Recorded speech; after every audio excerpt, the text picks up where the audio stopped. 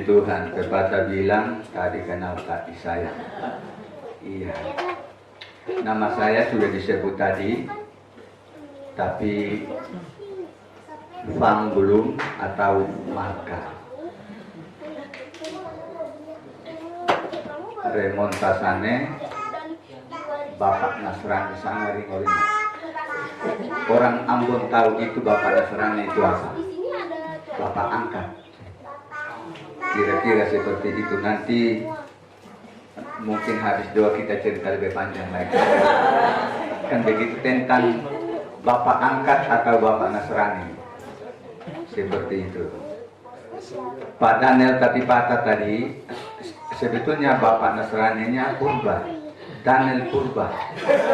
Kira-kira begitu. Ya Bapak Gembala tahu itu. Kira-kira begitu. Tapi dia malu menyebut tambahannya gitu. Ya puji Tuhan.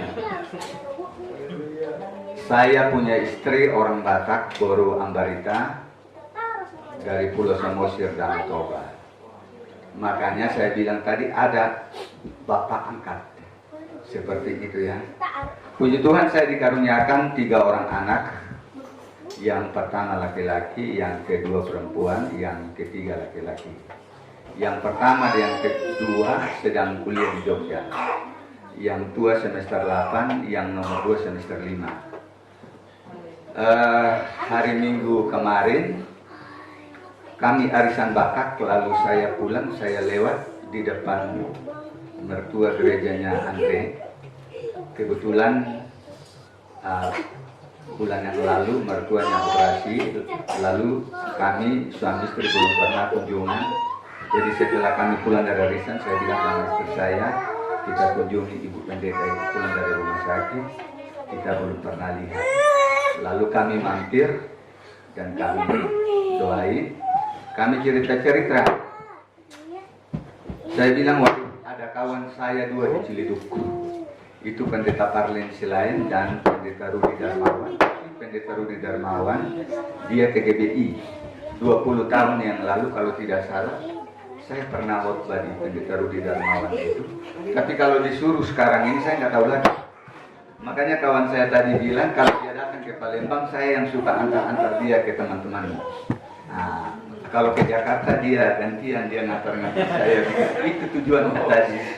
Iya, karena saya nggak pintar Jakarta atau di Pulau Jawa ini, saudara. Ya seperti itu. Jadi di daerah ini banyak kawan saya begitu. Di Tangerang banyak kawan saya. Cuma saya tidak tahu posisi mereka ada di mana begitu. Ya seperti itu. Lalu cerita-cerita dengan Bapak Pendeta Jaya, dia bilang coba mampir di anak saya. Oke, saya bilang. Lalu hari Rabu kemarin saya tiba, saya coba isi-isi, puji Tuhan. Ternyata bisa sampai juga. Ya terima kasih ya untuk Gembala dan jemaat Tuhan yang beri kepercayaan bagi saya untuk sampaikan firman Tuhan. Nah, saudara yang dikasihi oleh Tuhan, kita lihat firman Tuhan dalam Injil Matius pasal 7. Injil Matius pasal 7 ayat yang ke-24 sampai dengan 27. Injil Matius pasal 7 ayat 24 mulai. Setiap orang yang mendengarkan perkataanku ini dan melakukannya, ia sama dengan orang yang bijaksana yang mendirikan rumahnya di atas batu. Kemudian turunlah hujan dan datanglah banjir dan angin melanda rumah itu, tetapi rumah itu tidak roboh sebab didirikan di atas batu. Tetapi setiap orang yang mendengarkan perkataanku ini dan tidak melakukannya, ia sama dengan orang yang bodoh yang mendirikan rumahnya di atas pasir. Kemudian turunlah hujan dan datanglah banjir, lalu angin melanda rumah itu sehingga robohlah rumah itu dan hebatlah kerusakannya. Nah, Bapak Ibu Saudara yang dikasihi oleh Tuhan, firman ini selalu atau sering kita dengarkan, tapi saya kutip sebuah kata. Yang pertama, ayat 24 dikatakan, setiap orang yang mendengarkan perkataanku ini. Apa itu perkataan? Perkataan itu firman.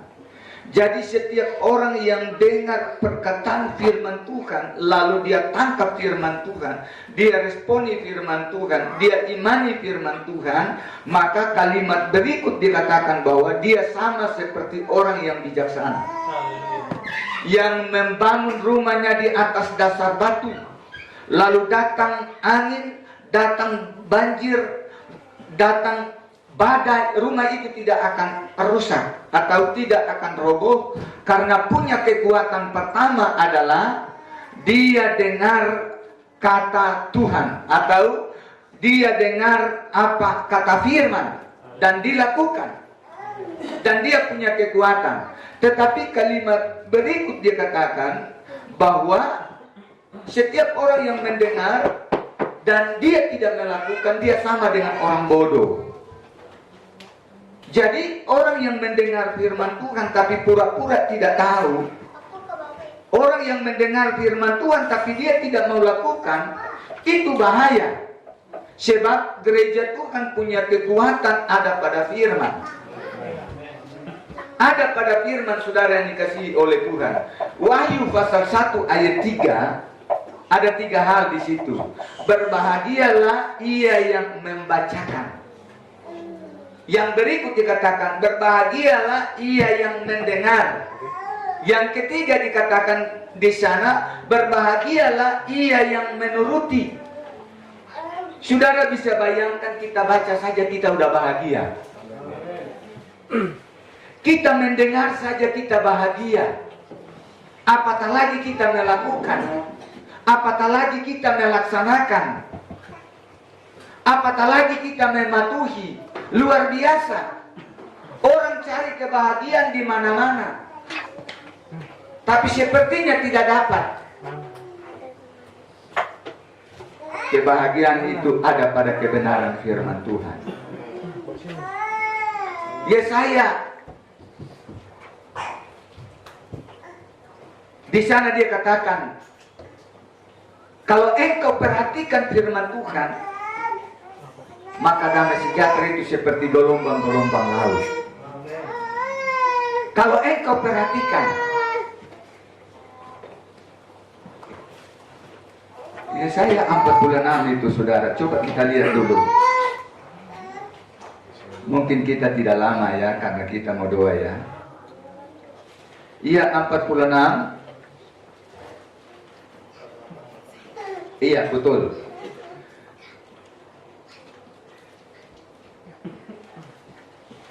Boleh dibaca, Kak? Yesaya 48 ayat 18. Sekiranya engkau memperhatikan perintah-perintahku, maka damai sejahteramu akan seperti sungai yang tidak pernah kering, dan kebahagiaanmu akan terus berlimpah seperti gelombang-gelombang laut yang tidak pernah berhenti. Puji Tuhan, terima kasih. Amin. Sekiranya engkau perhatikan perintah-perintahku, sekiranya engkau perhatikan firmanku, maka damai sejahtera itu melimpah-limpah seperti gelombang di laut yang tidak pernah berhenti.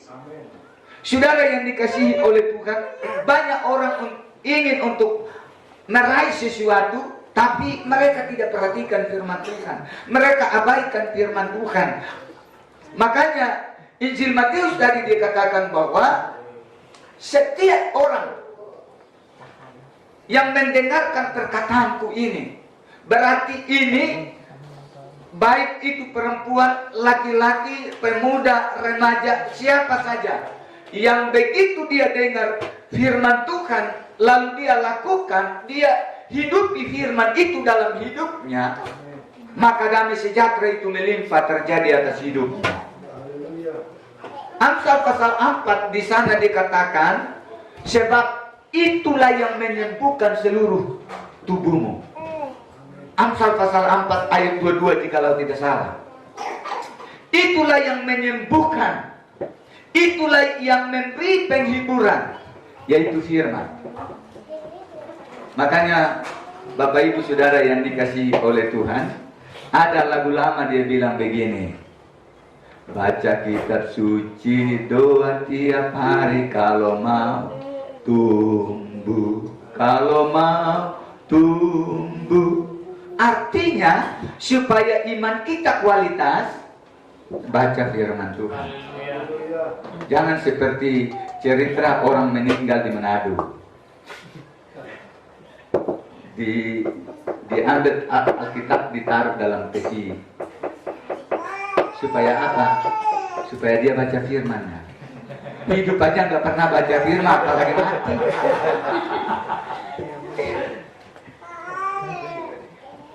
Kadang-kadang orang aneh-aneh. Kalau mati, HP-nya yang elit itu dimasukkan supaya bisa telepon. Mana bisa? Tidak seperti itu, saudara. Kalau kita mau bertumbuh, kita mau berkembang, kita mau jadi orang hebat, orang yang luar biasa, baca firman Tuhan. Kami kemarin, saya dengan pendeta Tatipata sharing dengan seorang anak Tuhan. Lalu dia cerita dengan bangga, saya khotbah begini. Maaf, bukan saya anti HP, bukan. Enggak. Terus dia bilang, kita berdiri, kita baca firman Tuhan. Nah, dia bangga dengan HP. Saya bilang, iya. Saya bukan tidak suka itu, saya suka. Tapi kalau saya secara pribadi tidak. Saya berdiri, ada HP, ada Alkitab. Kenapa? Terus anak Tuhan ini dia bantah saya bilang gini, 95% orang telanjang ada di media itu. Tapi di Alkitab tidak ada. Loh, kertas putih kok, apa yang kamu buka? Diam-diam. Saya bilang bukan saya anti, enggak. Saya pun pengen. Tapi itu bukan patokan saya. Sekarang banyak orang, saya bilang gini, sederhana. Tiba-tiba lampu mati, satelit semua mati. Kira-kira mencret kalau di atas mimbar kan? Tidak ada lagi. Iya. Tapi kalau Alkitab tidak hilang. Tidak hilang. Iya. Saya bilang bukan saya anti, itu enggak. Saya senang. Saya dukung, saya pun pengen, tapi itu bukan. Nah, kalau bagi saya tidak. Makanya Bapak Ibu Saudara yang dikasihi oleh Tuhan, kalau kita mau tumbuh lihat firman Tuhan. Wahyu pasal 1 ayat 3 tadi dia bilang, kita baca saja kita bahagia, kita mendengar saja kita bahagia, apalagi kita menuruti. Wow, lengkap. Baca, dengar, turuti. Konkret. Jangan kita hanya sekedar jadi orang Kristen saja, saudara. Ya, ada istilah orang Ambon itu, kalau hari Natal itu orang kaya tidur di orang miskin tidur di kasur, orang kaya tidur di got. Oma-oma Ambon masih tahu itu istilah itu. Saking banyak uangnya, minuman punya kerjaan, nggak tahu lagi dia tidur di kasurnya, tapi tidur di got. Nah, tapi orang yang hidup sederhana, dia pulang ke rumah, dia tidur di rumah, karena dia sederhana. Itu istilah. Kita kembali kepada kebenaran firman Tuhan tadi, Injil Matius tadi. Setiap orang yang mendengar perkataanku ini dan melakukannya, ia sama dengan orang yang bijaksana yang mendirikan rumahnya di atas batu, kemudian turunlah hujan dan datanglah banjir, lalu angin melanda rumah itu, tetapi rumah itu tidak roboh. Karena dasarnya yang pertama adalah firman Tuhan. Dia bangun atas dasar firman Tuhan. Dia hidup atas dasar firman Tuhan. Sehingga imannya kokoh. Persoalan boleh datang, masalah boleh datang, kesulitan boleh datang. Tapi imannya tidak pernah luntur. Karena ada Tuhan. Kisah Rasul pasal 2 ayat 1. Kisah Rasul pasal 2 ayat yang pertama. Orang-orang yang menerima perkataannya itu memberi diri dibaptis, dan pada hari itu jumlah mereka bertambah kira-kira 3.000 jiwa. Saya tidak bahas tentang baptisan, tapi kita lihat konteksnya, orang-orang yang menerima perkataan itu. Mereka memberi diri mereka supaya dibaptis. Dan jumlah mereka semakin bertambah, jumlah mereka semakin bertambah. Apa yang membuat jumlah mereka bisa naik, bisa bertambah? Mereka menerima firman Tuhan. Dan firman ini mengubah hidup mereka. Makanya Bapak Ibu Saudara yang dikasihi oleh Tuhan, dengar firman Tuhan dan hidupi firman Tuhan dalam hidup kita. Dengar firman Tuhan dan pelihara firman Tuhan dalam hidup kita. Maka kita akan melihat perubahan akan terjadi. Anak Tuhan yang saya bilang tadi itu, dia ceritakan anaknya, dia bilang, "Bung, tahu nggak anak saya pukul saya. Saya dengan Pak Daniel berpikir, wah, kalau sampai anak pukul kita, ini sudah luar biasa ini." Saya bilang harus banyak berdoa, karena situasi sekarang ini luar biasa. Hanya doa, ya. Sampai saya bilang sama dia begini, Hana saja, Hana. Baca peristiwa tentang Hana. Firman Tuhan bilang, mandul. Tuhan tutup kandungannya. Tapi Hana berdoa terus, berdoa terus, berdoa terus, berdoa terus.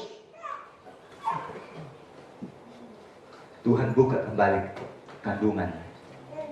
Lahirlah Samuel. Tidak ada perkara yang tidak bisa dibuat oleh Tuhan. Tidak ada sesuatu yang tidak bisa diubah Tuhan. Pasti.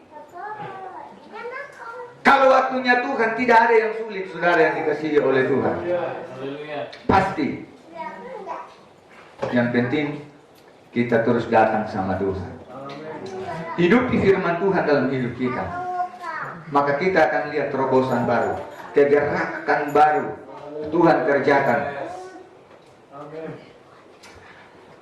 Anak saya 2 kuliah di masa Covid itu, ngeri kan? Di masa Covid itu saya nggak bisa nyebrang ke Jawa. Sampai teman-teman pendeta bilang begini, bro, kalau kamu rasa kekuatan mau kurang, ngapain kamu paksa diri kamu untuk kuliahkan anak? Saya bilang begini, saya kuliahkan anak saya itu, saya punya tanah 2 hektar. Saya olah tanah 2 hektar itu. Ada yang gak nyambung, dia bilang, kau nyangkul tiap hari. Iya, saya nyangkul tiap hari, pagi, sore, tiap jam saya nyangkul. Hektar pertama perjanjian lama. Hektar kedua Matius sampai Wahyu. Itu saya karak terus. Bingung dia,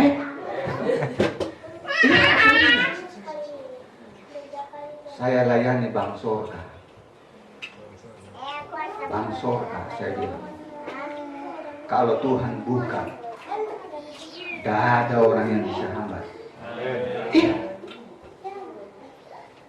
Anak saya yang perempuan, saya bayar semester pertama, kedua, ketiga ada kekeliruan. Waduh, saya pikir saya harus nombok 9 juta. Saya udah mulai berpikir, sementara kami rakerda untuk musda. Saya mulai pusing. Apakah saya suruh anak ini mundur atau apa? Ternyata Tuhan buat sesuatu itu indah pada waktunya. Luar biasa. Saya koleng kawan saya dari Gunung Kidul. Tolong dulu Pak Markus, tolong dulu ke kampus Ukrin. Tolong hadap rektor. Saya nggak bisa ke sana Pak, COVID ini. Saya nggak bisa turun ke sana, tolong. Saya transfer uang untuk ongkosnya. Kawan saya pendeta ini, tolong kau datang ke kampus ya. Karena dulu kami satu wilayah di Sumatera Selatan. Saya sering tinggal di rumahnya Bapak ini. Singkat cerita dia datang bla bla bla bla bla bla ke kampus. Dia telepon saya, Pak Raymond, udah saya ngomong. Tiba-tiba anak saya dipanggil. Kamu akan dapat beasiswa. Tadi saya udah pening saudara. Saya udah pening. Tapi kami suami istri berdoa terus. Tuhan dahsyat, Tuhan hebat, Tuhan luar biasa. Yang tidak ada jadi ada, yang tidak mungkin jadi mungkin. Itu iman. Saya katakan puji Tuhan, satu lolos.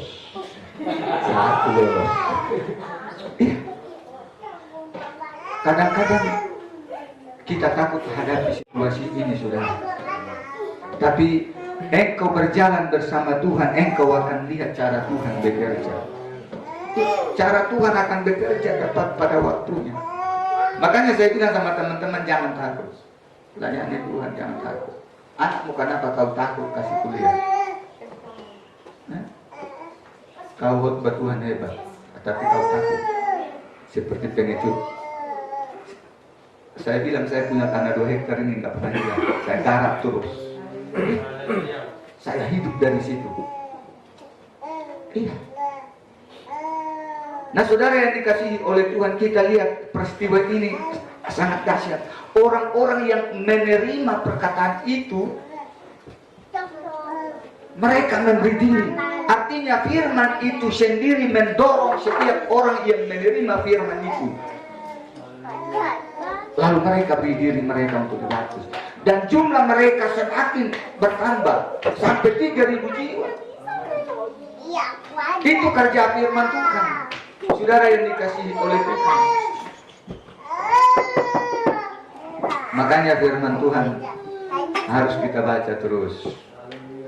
Firman Tuhan harus kita dengar terus. Firman Tuhan harus kita patuhi terus. Sebab di sanalah terjadi sebuah pertumbuhan iman atas hidup kita. Dan hidup kita tidak gampang digoyahkan oleh apapun. Kalau firman ini tumbuh atas hidup kita, kalau firman ini kita pelihara dalam hidup kita, maka kita punya kekuatan baru.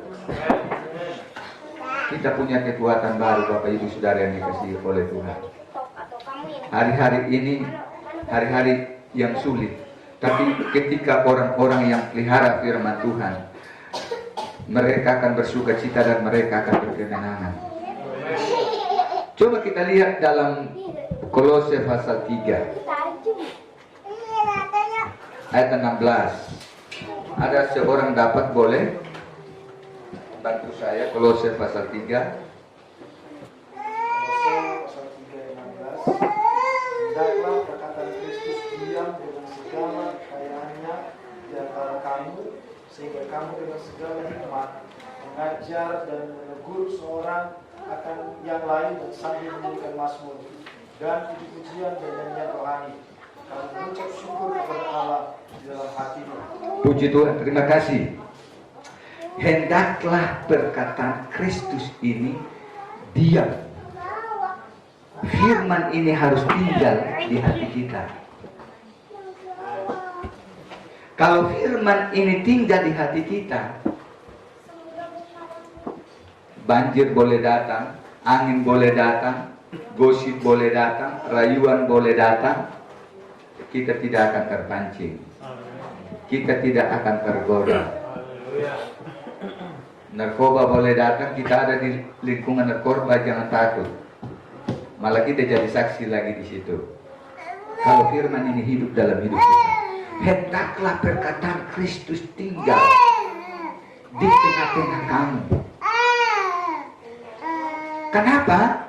Tuhan katakan bahwa perkataan Kristus ini harus tinggal di tengah-tengah kita, di hidup kita. Sebab kalau firman ini tidak tinggal di hidup kita, kita tidak punya kekuatan. Kita tidak punya kemampuan. Tapi kalau firman ini hidup atas hidup kita, kita punya kekuatan. Mazmur aja dia bilang, firman-Mu pelita bagi kakiku, terang bagi jalanku. Luar biasa Bapak Ibu Saudara yang dikasihi oleh Tuhan. Karena itu, mari kita hidupkan firman Tuhan atas hidup kita, supaya kita mampu, kita kuat.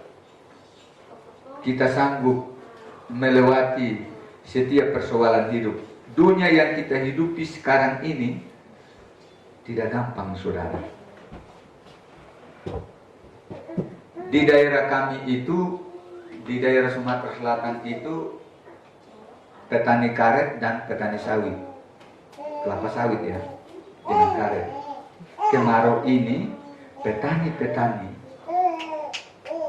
yang kerja karet itu tidak dapat hasil, karena tidak turun hujan, maka tidak punya getah. Petani sawit, sawitnya buah tapi buahnya ringan. Dilema saudara. Saya katakan ini belum apa-apa. Kalau kita ikuti firman Tuhan, ketika kita tiba di masa yang sukar itu, kalau firman tidak hidup dalam hidup kita, kita kecewa terhadap Tuhan. Bisa kita mundur tinggalkan Tuhan. Lalu di daerah kami lagi operasi batubara. Batubara itu kapal tongkang itu dia masuk melalui Sungai Musi untuk dia tampung batubara. Musim kemarau, kapal tongkang itu dia nggak bisa jalan. Semua akses putus. Biasa orang-orang Batak yang tampil ban sepanjang jalan itu saya selalu doakan. Begitu saya datang mereka bilang, Om, repot kan Om, kenapa? Kapal di laut tidak bisa jalan, bahan tidak bisa dikeluarkan. Kita belum sampai kepada masa yang sukar. Makanya kita perlu hidup kita dibekali dengan firman Tuhan. Hidup kita dikuatkan melalui firman Tuhan, supaya ketika kita tiba masa yang sukar itu kita tidak takut hadapi masa yang sukar itu, karena ada firman Tuhan. Puji Tuhan. Ayat terakhir dalam Ulangan pasal 11 ayat yang ke-18. Sekali lagi saya minta tolong salah satu orang untuk baca. Ya gantian jemaat yuk.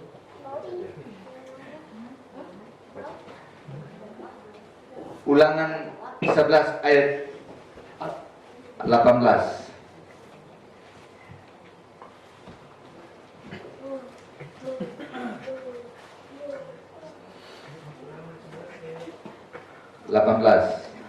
Ulangan pasal yang ke-11 ayat yang ke-18. Tetapi kamu harus menaruh perkataanku ini dalam hatimu dan dalam jiwamu. Kamu harus mengikatkannya sebagai tanda pada tanganmu, dan haruslah itu menjadi lambang di dahimu. Puji Tuhan, terima kasih. Tetapi kamu harus menaruh perkataanku ini dalam hatimu, dalam jiwamu, dalam pikiranmu, menjadi lambang. Firman itu harus kita taruh di hati kita. Firman itu harus dia tumbuh di hati kita, supaya terjadi perubahan. Kenapa firman ini harus kita taruh di hati? Karena hati kita gampang tergoda, gampang terpancing. Ya, kita bawa motor atau bawa mobil wah, begitu orang salib kita, kata-kata kotor sudah mulai. Apalagi orang-orang Ambon yang belum bertobat, waduh, kebun binatang sudah jalan. Iya, kadang sudah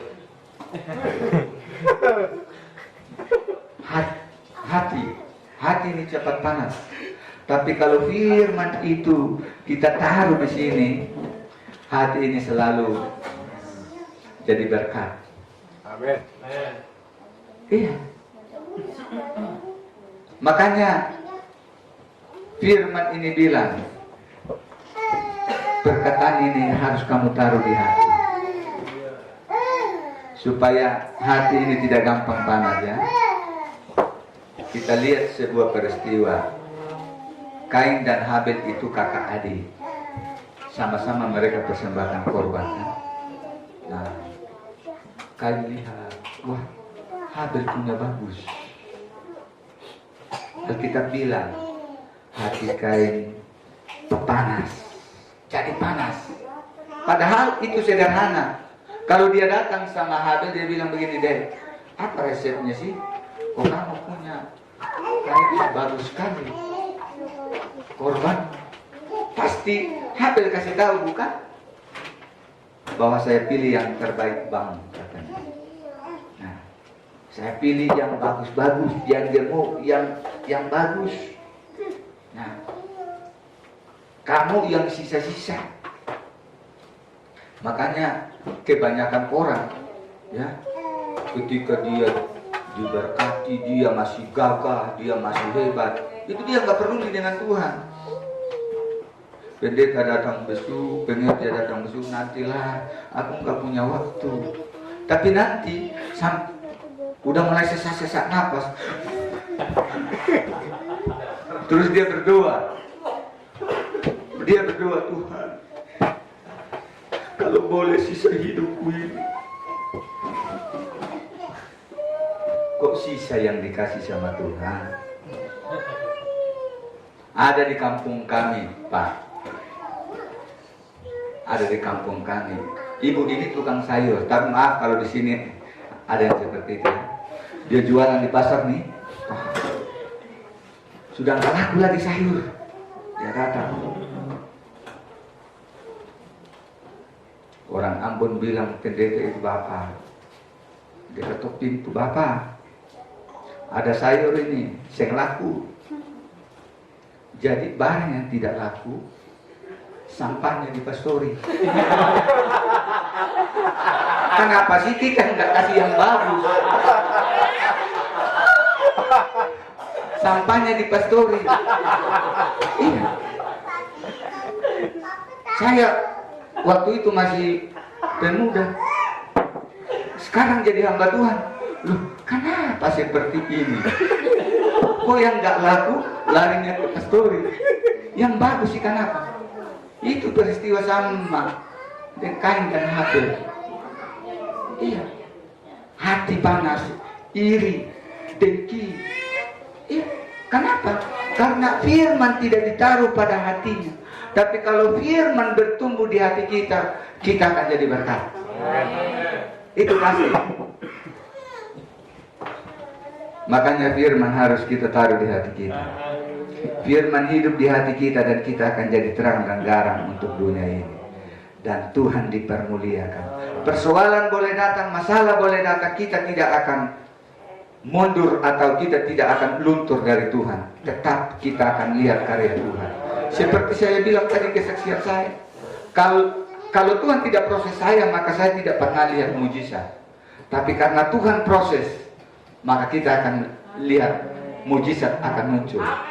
Dan saya percaya setiap kita yang ada malam ini, ketika kita dengar firman Tuhan, lalu kita ikuti firman Tuhan, kita percayai firman Tuhan, kita pegang firman Tuhan, kita perhatikan firman Tuhan, maka kebahagiaan itu seperti gelombang laut yang tidak bisa dibatasi oleh apapun.